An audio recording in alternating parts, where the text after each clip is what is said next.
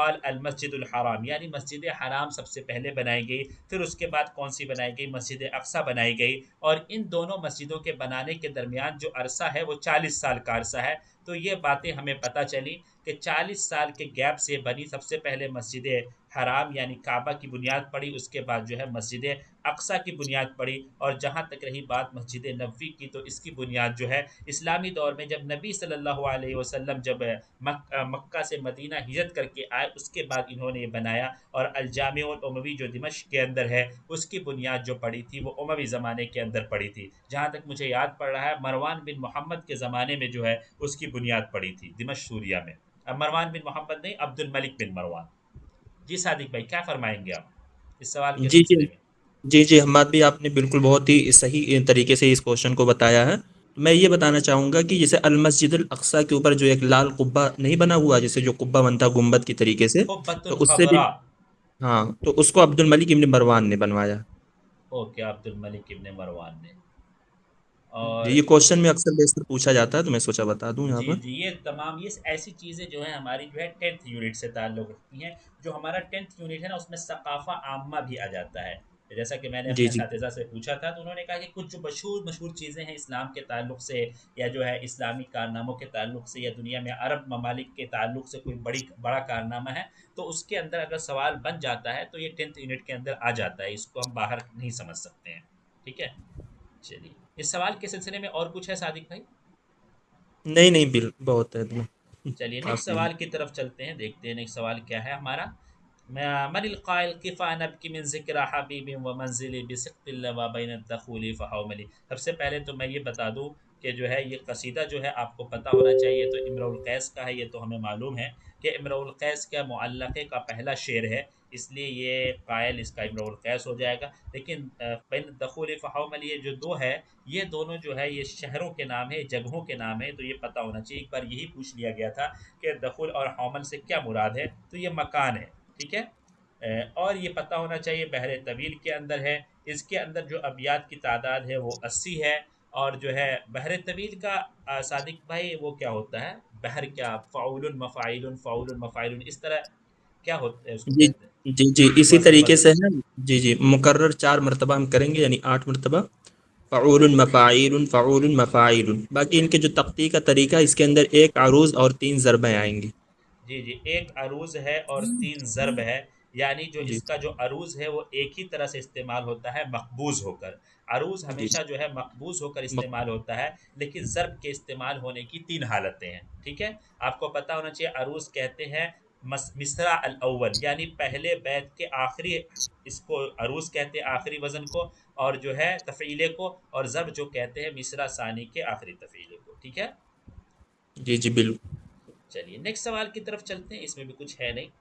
من کان شاعر الرسول من بینہم، یعنی کون سے ان میں سے کون سی شخصیت جو ہے شاعر رسول شمار کی جاتی ہے، تو آپ کو پتہ ہونا چاہیے قطیہ جو ہے شاعر الحجا ہے، اس نے جو ہے عصر اسلامی اور عصر جاہلی دونوں میں زندگی گزاری ہے۔ عصر اسلامی میں آپ کو پتہ ہے عمر رضی اللہ تعالیٰ عنہ نے اس کو قید بھی کر دیا تھا، اسی طرح عمر رضی اللہ تعالیٰ عنہ نے مسلمانوں کے عزتوں کو 3000 درہم دے کر، 3000 درہم دے کر جو ہے ان سے خریدا تھا حطیہ سے، اور قصیر عزہ اس کا تعلق جو ہے بنی عذرا کے قبیلے سے ہے، اور اس نے بھی جو ہے عذریہ شاعری کی ہے، جس طرح جمیل بن معمر نے شاعری کی ہے۔ عمر بن ابی ربیعہ اس کو شاعر الغزل شاعر الاباحہ میں اس کا نام آتا ہے، اور اس کا تعلق بھی اموی دور سے ہے، 23 سے 93، میں بار بار کہتا ہوں 23 ہجری میں پیدا ہوا، 93 ہجری میں اس کی وفات ہوئی، لیکن یہاں پہ شاعر الرسول جو ہیں حسان بن ثابت رضی اللہ تعالیٰ عنہ ہیں، ان کو شاعر الرسول کہا جاتا ہے۔ جی صادق بھائی حسان رضی اللہ تعالیٰ عنہ کے بارے میں کچھ پوائنٹ کی باتیں بتا دیجیے، اگرچہ اس سے پہلے گفتگو ہو چکی ہے لیکن کچھ چیزیں جو آپ کو لگتی ہیں ان کو بتانی چاہیے۔ جی اس جیسے حماد بھی یہاں پر یہ کوشچن پوچھا گیا ہے، تو ان کو شاعر الانصار کہا جاتا تھا جاہلیت کے اندر، وکان شاعر الانصار فی الجاہلیہ، اور شاعر النبی ان کو نبوت کے اندر کہتے تھے، و شاعر الیمن کلھا فی الاسلام، تو شاعر الیمن ان کو پورے اسلام کے اندر کہتے تھے۔ اور حسان ابن ثابت رضی اللہ تعالیٰ عنہ کے تعلق سے آتا ہے کہ یہ کوئی غزوے میں یہ شریک نہیں ہوئے تھے، کیونکہ یہ تھوڑا بہت بزدل آدمی تھے، ڈرتے تھے، ان کے تعلق سے یہ بات آتی ہے۔ باقی حسان بن ثابت رضی اللہ تعالیٰ عنہ کا جو قبیلہ ہے، ان کا قبیلہ خزرج ہے، اور یہ خزرجی جو کہ قبیلہ بنی نجار سے تعلق رکھتے ہیں، اور وہ سب کیا ہیں؟ ہم اخوال رسول اللہ صلی اللہ علیہ وسلم۔ جی، یعنی اقوال مطلب جو ہے ننیحال سے تعلق ہے، نبی صلی اللہ علیہ جی وسلم کے ننیحال سے ان کا رشتہ ہے۔ اور ان کی شاعری میں ایک سوال جو عام طور پر آتا ہے، ان کی شاعری میں سب سے زیادہ کیا پایا جاتا ہے؟ تو صادق بھائی ہجا پایا جاتا ہے، آپ میری تائید کریں گے امید ہے۔ جی جی بالکل بالکل، ہجائیہ شاعری زیادہ پائی جی جی، جاتی ہے۔ اور انہوں نے غساسنہ اور مناظرہ دونوں کی جو ہے تعریف کی ہے، اگرچہ یہ غساسنہ کی زیادہ تعریف کرتے تھے لیکن انہوں نے غساسنہ اور مناظرہ دونوں کی تعریف کی ہے۔ اور اسلام لانے کے بعد بھی وہاں سے جو ہے ان کے لیے انعامات و اکرام جو ہے آیا کرتا تھا، یہ مطلب ان کا مقام تھا ان لوگوں کے نزدیک، ٹھیک ہے۔ چلیے نیکسٹ سوال کی طرف چلتے ہیں، دیکھتے ہیں 7 نمبر کوشچن میں کیا پوچھا جا رہا ہے۔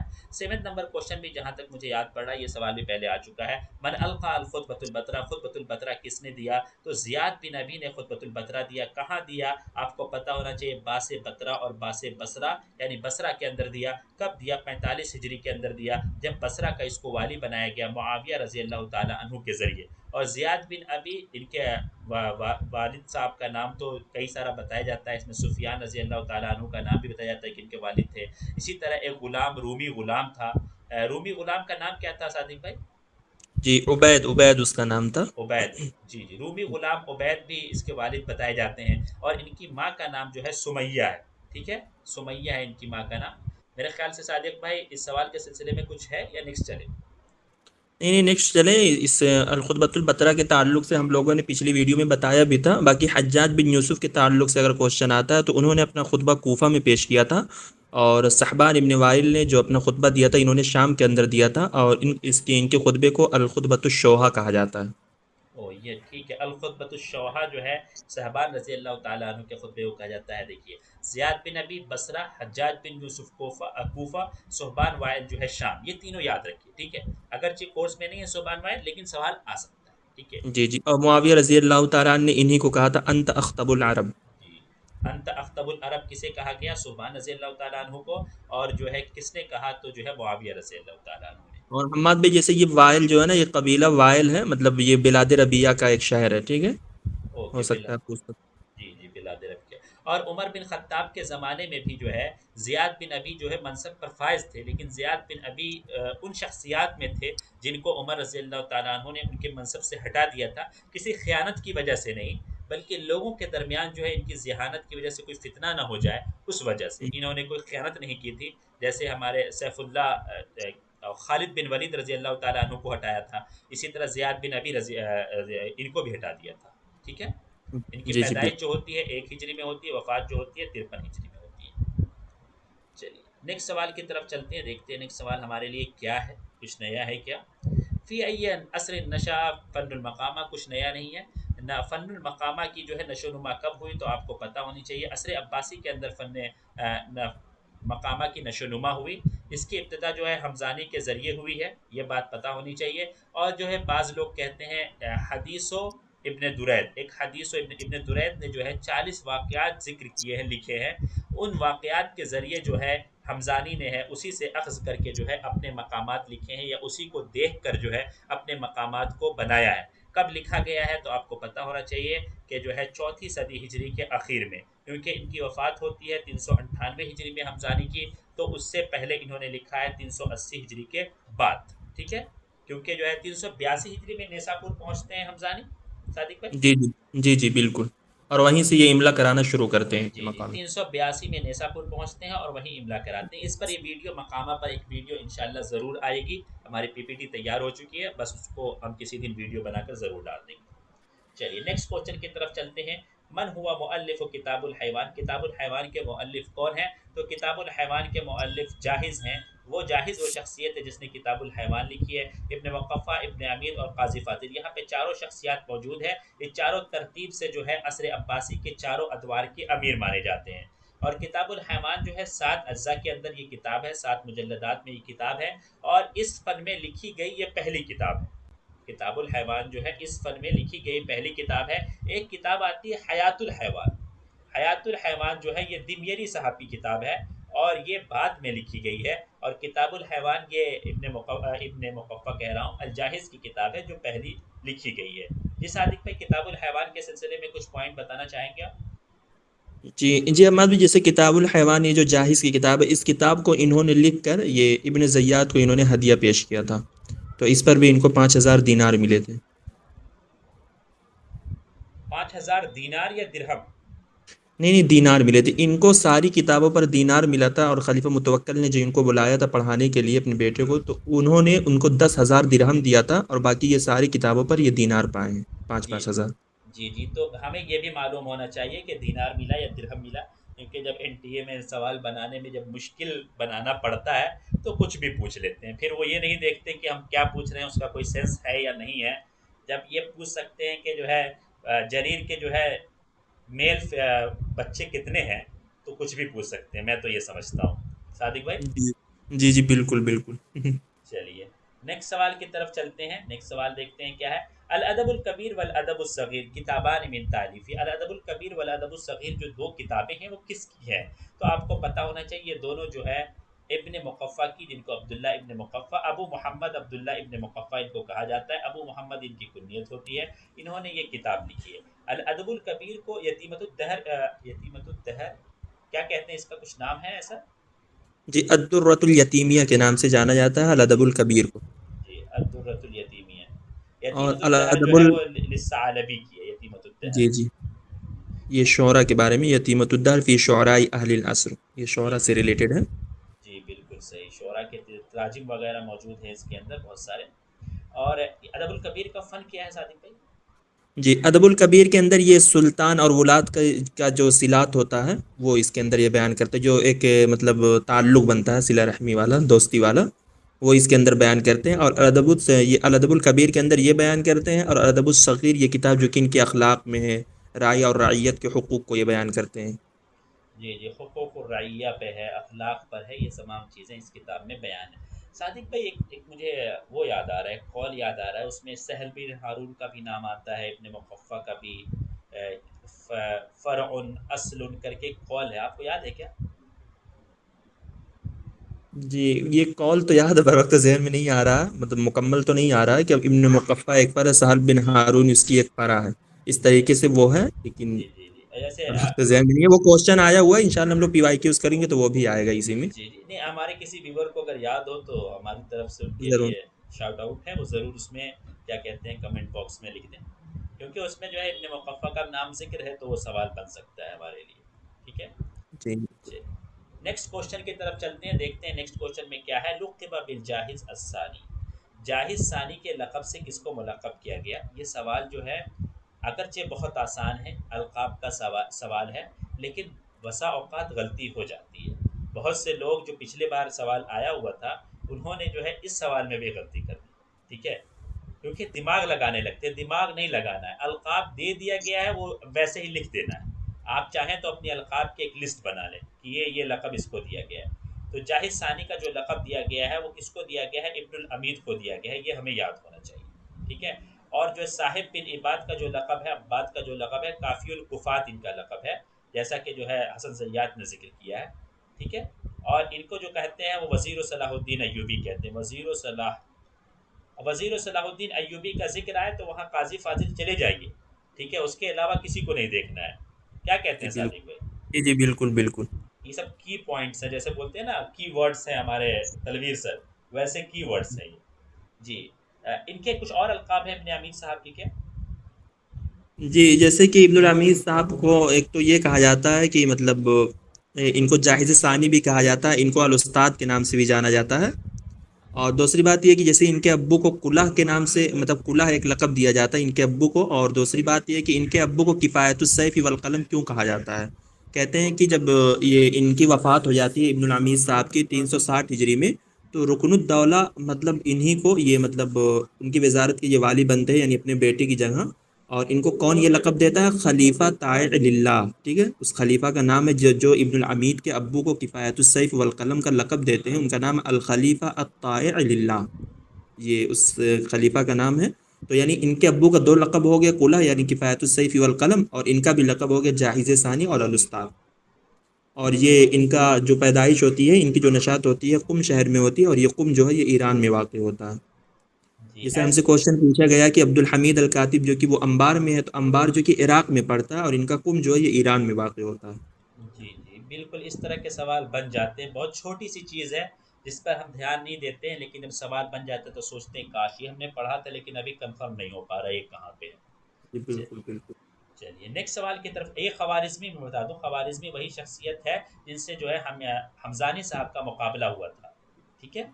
جی اور جی بالکل. خوارزمی جو ہے پست پڑ گئے تھے، کیونکہ حمزانی صاحب نوجوان تھے، ایک دم گرم خون تھا، اور جو ہے وہ جذبہ اور خطبے کا وہ طریقہ، اس کی وجہ سے جو ہے خوارزمی صاحب جو ہے کم پڑ گئے تھے.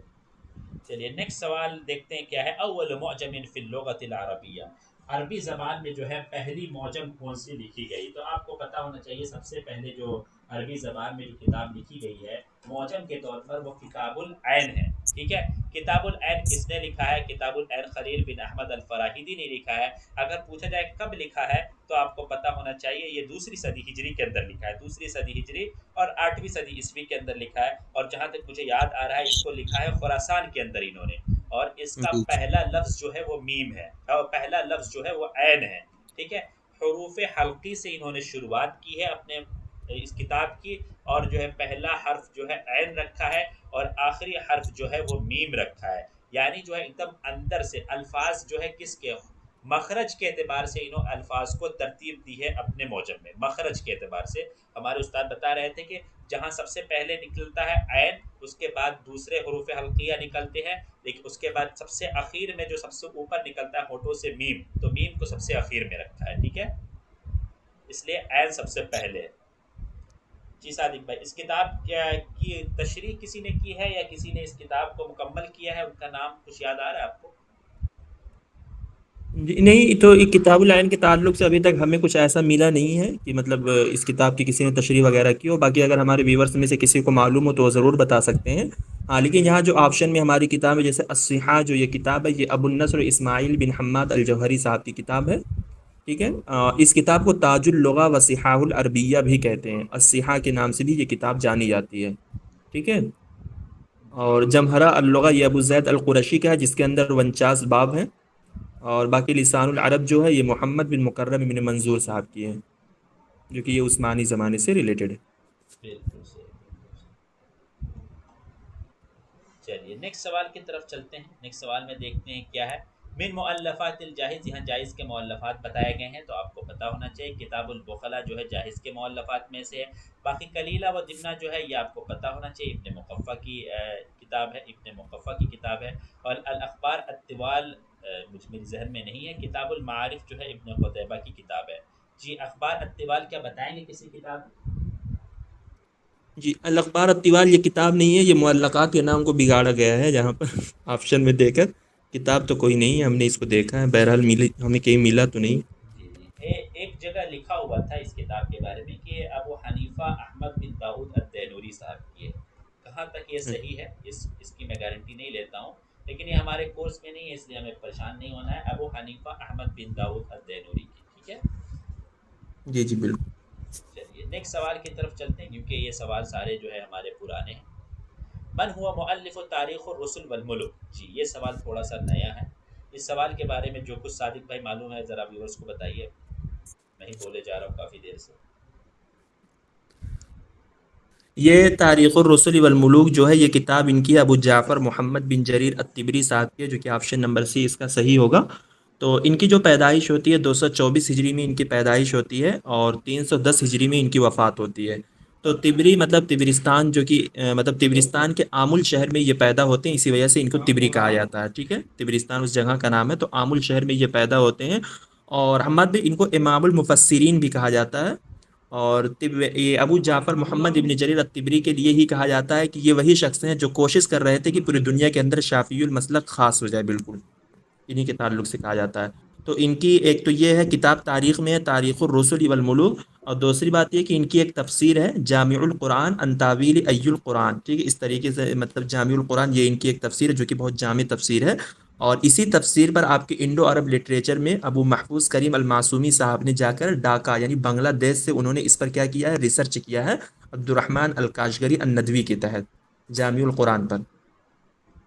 جی بالکل صحیح. ابو محفوظ الکریمی صاحب نے کس کے انڈر میں کیا ہے؟ جی عبد الرحمن الکاشگری الندوی. بالکل صحیح. جی جامع القرآن ان تفسیر آیہ القرآن، یہ صحیح بات ہے. ایک بات اور کہی جاتی ہے ان کے بارے میں کہ انہوں نے کوشش کی تھی کہ جو ہے ان کے نام سے ایک مسلک قائم ہو جائے، تبریہ نام سے جو ہے. اچھا. جی جی. چلیے اور نیکسٹ. انہی کے بارے میں آتا ہے کہ یہ دن کے مطلب ہر روز یہ 40 صفحہ لکھتے تھے. جی جی، یہ 40 صفحہ لکھا کرتے تھے. چلیے ان تمام باتوں کے بعد چلیے نیکسٹ کوشچن کی طرف چلتے ہیں. 15 نمبر کوشچن ہے، بدیع الزماں ہمزانی معروف بے. بدیع الزماں ہمزانی جو ہے کس سلسلے میں معروف تھے؟ آپ کو دیکھ رہا ہوگا کہ سوالات کا لیول جو ہے کتنا آسان ہوتا تھا پہلے زمانے میں، لیکن آپ کو پتہ ہونا چاہیے اس کے ساتھ ساتھ ایک سبجیکٹو پیپر بھی ہوتا تھا جہاں پہ ورڈز میں لکھنا پڑتا تھا، جو سب سے مشکل کام ہوتا ہے. ٹھیک ہے. جی یہاں تو یاد کر کے ہم لوگ جو ہے ابھی کیا کرتے ہیں، یاد کر کے ایگزام دے کے چلے آتے ہیں، لیکن اس ٹائم یاد کرنے والا نہیں چلتا تھا. چلیے، بدیع الزماں ہمزانی معروف. بدیع الزماں ہمدانی کس فن میں معروف ہے؟ تو مقامات کے فن میں معروف ہے. آپ کو پتہ ہونا چاہیے یہ پیدا کب ہوتے ہیں؟ 358 ہجری میں پیدا ہوتے ہیں. 300 جو ہے 82 ہجری کے اندر نیسا پور پہنچتے ہیں اور 398 ہجری کے اندر ان کی وفات ہو جاتی ہے. ان کی جو ملاقات صاحب بن عباس سے ان کی ملاقات کس جگہ پہ ہوتی ہے؟ جی، صاحب ابن عباس صاحب سے ان کی ملاقات رائے شہر میں ہوتی ہے، اور جب یہ ان کی عمر 22 سال کی تھی تبھی یہ صاحب ابن عباس سے ملتے ہیں 22 سال کی عمر میں. یعنی 380 کے اندر ان کی تقریباً ملاقات ہوتی ہے جب یہ اپنے شہر سے 380 میں نکلتے ہیں. اور جی پھر جی جو ہے یہ وہ شخصیت ہے جنہوں نے تمام اس زمانے کے تمام جو ملوک اور عمرا ہیں سب کے دربار میں حاضری دی، اور سب کے ساتھ جو ہے کمائی کی، سب سے مطلب کسب کیا. ان کی تعریف کر کے ان کا دیوان بھی ہے، میں نے کل ہی مکتبے میں دیکھ رہا تھا کہ ان کا بھی ایک دیوان موجود ہے. ٹھیک ہے. جی جی. چلیے، اور کچھ ہے اس سوال کے سلسلے میں صادق کو؟ نہیں نہیں، سوال تو بالکل سمپل ہے، اب اس میں کیا بتایا جائے. چلیے اور نیکسٹ صحیح سوال ہے. کی طرف چلتے ہیں، دیکھتے ہیں نیکسٹ سوال کچھ ہارڈ آ جائے تاکہ ہمارے ویورز کو کچھ نئی چیز مل سکے. بالکل. من الشاعر المولدین المذکورین ادنا ہو. شاعر المولدین المذکورین کسے کہا جاتا ہے؟ یعنی شاعر المولدین کسے کہا جاتا ہے؟ آپ کو پتہ ہونا چاہیے بشار بن برد کو کہا جاتا ہے. اور کیوں کہا جاتا ہے؟ اس لیے کہا جاتا ہے کہ ان کو جو ہے آخری کڑی مانی جاتی ہے. کس کی آخری کڑی؟ یہ جو ہے قدیم شاعری کی اور جدید شاعری کی، جو عصر عباسی میں شروع ہوئی، یعنی جس میں جو ہے اختلاط ہوا دوسرے غیر جو ہے قوموں سے، اور اس کے بعد عربی زبان بگڑنے لگی. اس کے بعد جو شعر و شاعری ہوئی اس کے اندر جو ہے ہم دلیل نہیں پکڑتے ہیں ناؤ سے. تو یہ بیچ کی کڑی ہے، ان کے اندر قدیم کی چیزیں بھی پائی جاتی ہیں، جدید کی چیزیں بھی پائی جاتی ہیں، دونوں کے بیچ کی شخصیت ہے. اور یہی وہ شخصیت ہے جن سے جو ہے نحات نے آخری بار جو ہے کیا کیا ہے، آخری بار دلیل پکڑا ہے ان کے اشعار سے.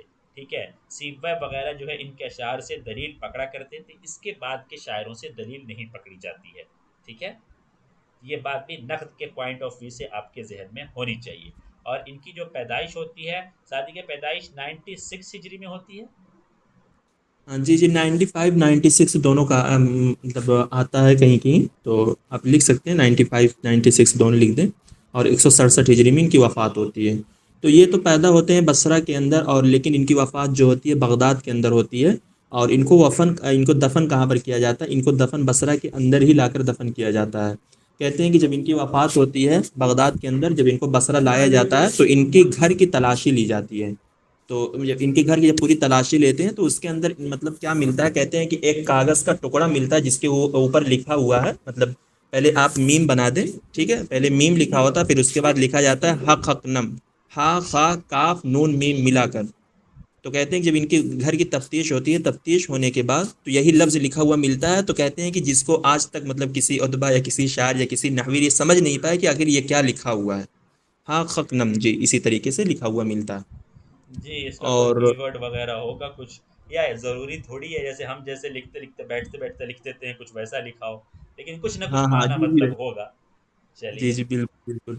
یہ ہے. اور باقی تو اس کے زفرت و حزین جو اس کے وہ ہیں، بشار ابن برد جس کو انہوں نے منظم کیا، کہتا اپنی بیٹی کی وفات پر زفرت حزین بشار برد نے لکھا تھا. باقی بشار بن برد کے جو والد تھے وہ تیان کا کام کرتے تھے، یعنی گارا ماٹی والا کام، گھر بنانے کا جو کام ہوتا ہے تیان کا کام کرتے تھے. جیسے اسی طریقے سے ابو تمام کے ابو جو وہ ہائک یعنی جو ہے جو کپڑا وغیرہ بنتے اس کا کام کرتے تھے. تو بشار بن برد کی ہماری بھی خاص خاصیت یہ ہے کہ اس نے بہت سارے لوگوں کا حجا بھی کیا، جیسے کہ بڑے بڑے ادبا کا، اسماعی کا اس نے حجا کیا ہے، اخفش کا بھی اس نے کیا ہے، سیبوئے کا بھی کیا ہے، ابو جعفر المنصور کا بھی کیا ہے. تبھی اس سے نحوی مطلب دنگ رہ گئے تھے. 10 سال کی عمر میں اس نے شعر کہنا شروع کیا تھا. اور جب اس نے واصل ابن عطا کا حجا کیا تھا تو پھر اس کو تبھی جلا وطن کیا گیا تھا 744 AD میں. تب یہ بصرہ سے اس کو بغداد بھگایا گیا تھا. جی بالکل، بغداد کی طرف اس کو جلا وطن کیا گیا. صادق بھائی ایک دو چیزیں جو میں پڑھتے ہوئے ہم لوگ کافی یہ ہوتے ہیں، معری، معری کو بھی زندیق کہا جاتا ہے، بشار بن برد کو بھی زندیق کہا جاتا ہے، لیکن جی جی معری کی جب وفات ہوتی ہے تو اس میں 180 جہاں تک مجھے یاد پڑ رہا ہے عمرا و خطبہ وغیرہ اور کیا کہتے ہیں حکیم ہو گئے، اسی طرح فقی ہو گئے، یہ تمام لوگ اس کی جو ہے جنازے میں شریک ہوتے ہیں، لیکن جب جی یہ شخص مر جاتا ہے تو اس کے جنازے کو پھینک دیا جاتا ہے، یہاں تک کہ اس کو جو ہے قبر میں جلدی دفن نہیں کیا جاتا، جیسا کہ حسن زیات نے لکھا ہے کہ اس کو ایسے ہی چھوڑ دیا جاتا ہے۔ تو دونوں کا کام ایک ہی تھا، لیکن جو ہے ابو العلا معری نے ہجو نہیں کی کسی کی، یا اس طرح کے کام نہیں کیے، اس لیے اس کو اور اس کے کام کو لوگوں نے سمجھا تو اس کو اتنا مقام ملا، لیکن یہ جو ہے اس شخص کو جو ہے اس شخص نے اپنی امیج ایسی بنا رکھی تھی کہ جو ہے اس کو جلدی کسی نے جنازہ بھی نہیں دیا۔ جی جی ایک تو ایک وجہ یہ بھی بن سکتی ہے، جیسے ابو العلا المعری کو ملحد براہما یہ مطلب یہ زندیق بھی کہتے ہیں، لیکن ابو العلا المعری کے بہت سارے اچھے کارنامے بھی ہیں، تو بشار بن برد کے ہیں، تو جیسے رافعی صاحب کہتے ہیں لم يحصل له حق المکان فی التاریخ لعداوت الخلیفہ، تو اسی وجہ سے تاریخ میں اس کو کوئی اچھا حق حاصل نہیں ہوا، ٹھیک ہے، فی التاریخ لعداوت الخلیفہ، خلیفہ کی عداوت کی وجہ سے، یا خلیفہ کی یہ بغاوت کرتا تھا، خلیفہ کا یہ ہجا کرتا تھا، اور سب سے بڑی بات یہ کہ اس کو کوڑے سے خلیفہ مہدی نے مارا تھا، 70 کوڑے اس کو مارے تب جا کر اس کی وفات ہوئی تھی، یعنی ایک ذلت کا سبب اس کا یہ بھی بنا تھا کہ مار کھا کر ہی اس کی وفات ہوئی تھی۔ یہ اور وہ نیا نیا دور تھا نا، وہ نئے نئے حضرت عباسی نیا نیا شروع ہو رہا تھا، جی اور جو ہے دوسری بات یہ بھی کہ وہ زمانہ اسلام سے بہت زیادہ قریب تھا، ٹھیک ہے، جی یہ جی دونوں یہ صورتیں ہو اسلام سکتی پایا ہیں۔ تھا لیکن اسلام قبول بھی نہیں کیا تھا۔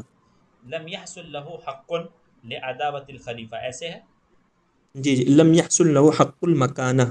حق المکانہ لعداوت الخلیفہ، یہ رافعی صاحب جی نے لکھا ہے، تو آپ اپنے کاپی میں اس کو نوٹ کر سکتے ہیں۔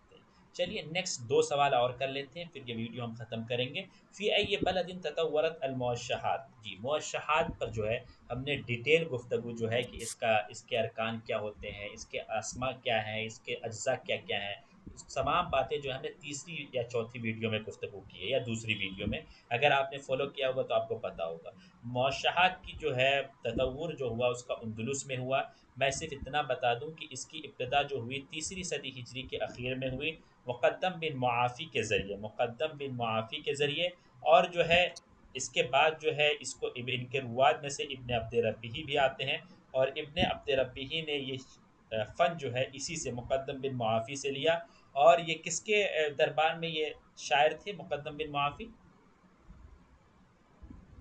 جی یہ مقدم ابن معافر جو ہے یہ، عبداللہ بن محمد، امیر جی جی جی عبداللہ ابن محمد کی ولایت میں یہ سارے جی کام ہوئے۔ امیر عبداللہ ابن محمد کی ولایت میں، جن کا دور حکومت جہاں تک مجھے یاد پڑ رہا ہے 275 سے لے کر 300 تھا، اسی زمانے میں جو ہے انہوں نے اس فن کا ایجاد کیا، جو بعد میں جا کے بہت زیادہ مشہور ہوا۔ ان کے رواد آپ کو پتہ ہونے چاہیے، اور ان لوگوں نے جو ہے موشحات لکھے ہیں ان کے اسما پتہ ہونے چاہیے، جو بڑے بڑے موشحات لکھنے والے ہیں، اور اس کے اجزاء کیا ہیں، یہ ساری چیزیں ہماری پچھلی ویڈیو میں آپ کو مل سکتی ہے اگر آپ دیکھنا چاہیں۔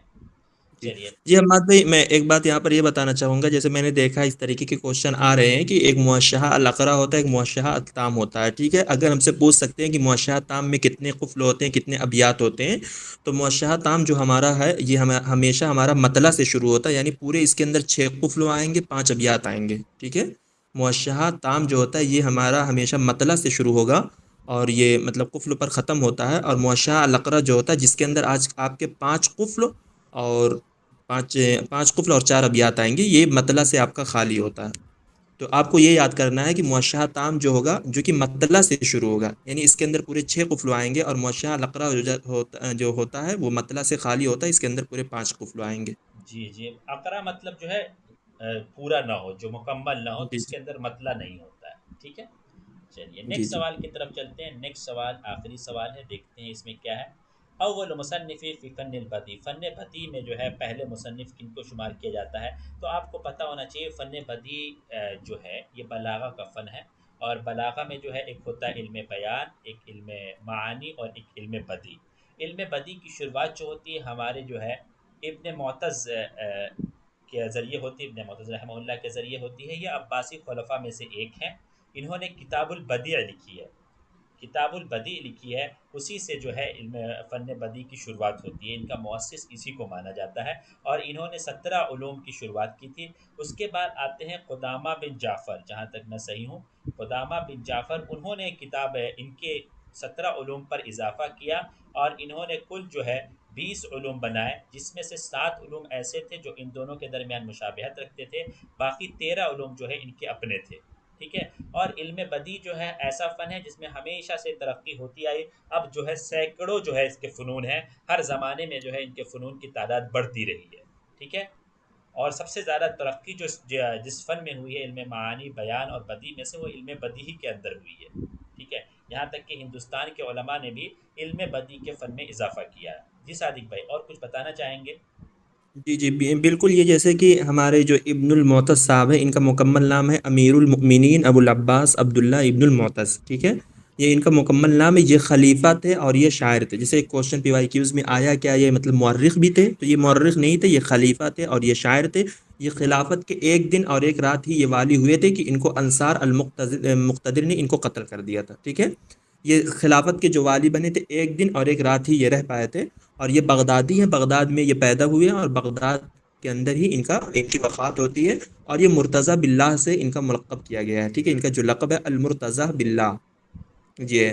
باقی اسی طریقے سے ان کی جو مشہور کتاب ہے حماد بھائی، ایک تو کتاب البدی ہے، دوسری کتاب ان کی کتاب طبقات الشعراء ہے، ٹھیک ہے، طبقات الشعراء، طبقات فحول الشعراء اگر آئے گا تو وہ محمد ابن سلام عبداللہ ابن سالم الجمحی کی کتاب آئے گی، ان کی صرف طبقات الشعراء۔ ابن قتیبہ کی کتاب الشعر والشعراء کو بھی طبقات الشعراء کہتے ہیں، لیکن اگر ایسا کوشچن آتا ہے تو آپ لوگوں کو آپشن کے اعتبار سے ہی جانا پڑے گا۔ اور اسی طریقے سے ان کی ایک مشہور کتاب سرقات الشعراء بھی ہے، ٹھیک ہے، سرقات الشعراء۔ یعنی شعراء نے جو تو چوریاں کی ہیں اس کا ذکر ہے اس کے اندر۔ جی جی، تو ہمیں مطلب اس اعتبار سے ہمارے سلیبس میں تو ہے نہیں، لیکن بیسک سی چیز ضرور ان کے تعلق سے ہمیں معلوم ہونی چاہیے، کیونکہ ان کی جو یہ مشہور کتابیں ہیں، کتاب البدی، کتاب طبقات الشعراء، سرقات الشعراء، اس سے ریلیٹڈ کوشچن بنتے ہیں۔ جی جی بالکل، اور ہمارے کورس میں انڈائریکٹلی داخل مانے جائیں گے، کیونکہ جو ہے علم بیان بدی اور جو ہے معانی جو ہے ہمارے کورس میں ہے، تو ان کے مؤسس مؤسسین کا جو ہے تو ہمیں پڑھنا ہی چاہیے، جیسے خلیل بن احمد الفراہیدی کو پڑھنا ہمارے لیے ضروری ہے، کیونکہ جو ہے علم عروض جو ہے ہمارے کورس میں ہے، تو اس کے مؤسس کو اگر ہم نہیں پڑھیں گے تو کس کو پڑھیں گے؟ ٹھیک ہے نا؟ ضرور، بالکل۔